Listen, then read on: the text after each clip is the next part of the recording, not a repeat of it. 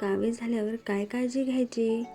नमस्कार मित्रांनो, आज आपण जाणून घेणार आहोत कावीळ झाल्यावर कोणती काळजी घ्यावी जेणेकरून लवकर बरे होण्यास मदत होईल.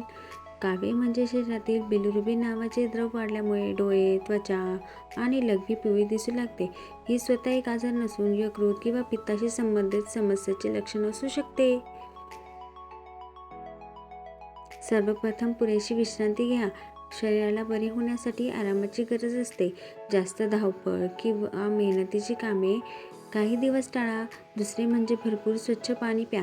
तसेच नारळ पाणी, लिंबू पाणी किंवा डॉक्टरांनी परवानगी दिल्यास इतर द्रव पदार्थ घ्या.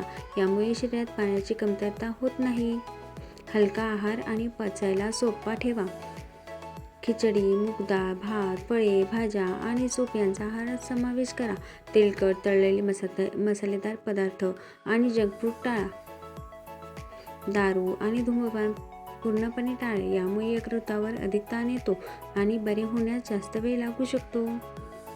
डॉक्टरांनी दिलेली औषधे वेळेवर घ्या. स्वतःहून कोणतेही औषध सुरू करू नका आणि बंदही करू नका.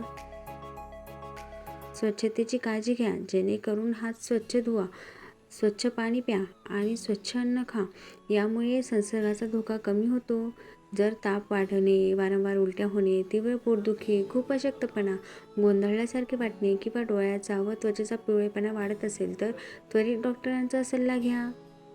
लक्षात ठेवा, योग्य उपचार, विश्रांती आणि संतुलित आहार घेतल्यास बहुतेक रुग्ण हळूहळू बरे होतात.